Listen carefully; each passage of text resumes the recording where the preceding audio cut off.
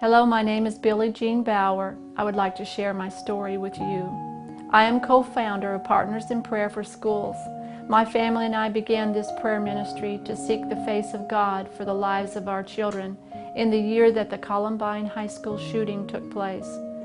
This was a wake-up call to America to cry out for the lives of this generation.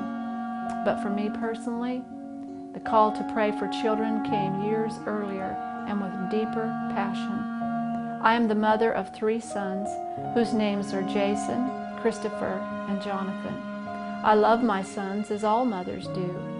In my worst fears, I never dreamed I would lose a child.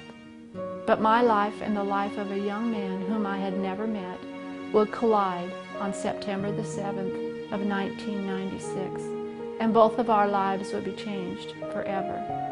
My 20-year-old son Christopher and his brother Jason had gone on an adventure to see San Francisco, California. Christopher and friends loaded into a yellow cab in the darkness of the night while there, not knowing of impending danger. A short distance away, a young man would jump into his car, feeling gunshots fired at him moments earlier from somewhere in the streets. Police nearby heard the shots and saw the fleeing vehicle and began pursuit. 18 blocks later, this car would crash into the taxi my son and his friends were riding in. My sweet Chris and a 17-year-old boy, his life would be snuffed out. My family received a call from police following the accident. My husband and I wept and held each other and began to pray. We did not know where our son Jason was for hours. We had to depend on others to find him. News finally came. Jason was found and was taken to the morgue to see his brother. God had spared my oldest son.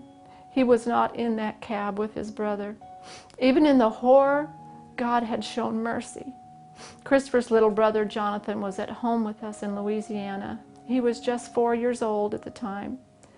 We began calling family, and my father was home asleep, 2,000 miles away. He rose to answer the door to see his grief-stricken pastor, who came to deliver the devastating news. My father took my mother and the hand of my pastor, and as he wept, he asked God to forgive the man who had killed his grandson. Years later, my husband and I visited the driver of the car in the San Francisco jail. We sat across from one another, and with a telephone and a wall of glass between us, I was overwhelmed with emotion as I extended my hand to comfort him. I placed my hand on the glass, and his hand met mine. Picking up the telephone, I looked into the eyes of this broken-hearted man, and I told him, I forgive him. I forgive him as Jesus had forgiven me. I knew that he had not meant to kill those boys. He began to weep, and the fragrance of forgiveness filled the room, and mercy flowed from the heart of God to all of us. Time seemed to stand still as God released his healing into my broken heart. I had not seen this man Reuben since that day, but we've kept in touch on the phone and in letters. He addresses each letter, Dear Mom, and when I hear him pick up the phone, he says, Hello, Mom. I've spent the past 14 years praying for him. We learned that day that forgiveness releases the supernatural power of God into our lives, and healing takes place. I mentioned I had not seen that man since that day in that San Francisco jail until today.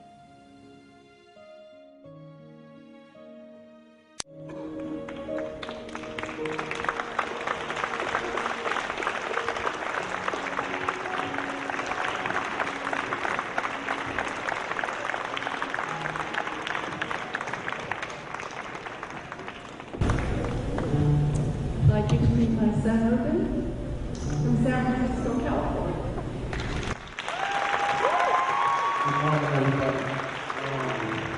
This has been a very, very extreme blessing for me to actually be here right now in the state of Louisiana, all the way from San Francisco, California. It's an honor and a privilege to stand here with my mom. And I would like to say that she's been a tremendous force on my life actually the things that we go through in life that changes our lives. And I pray that for each of you that has experienced any type of traumatic experiences in life, that this is proof that through your bad comings, there is a light at the end of the tunnel that is positive for each of you. I mean, I would have never thought in a million that I would be able to actually stand here in person to tell anyone that I am proud to be here, standing here with you all, my brothers and sisters, young and senior. I would say senior, but I am grateful for this moment. This is something that basically I never thought would ever happen, but it has, and it's proof that your faith, it can go a long way. It is truly an honor, and I thank you, Mother. I love you.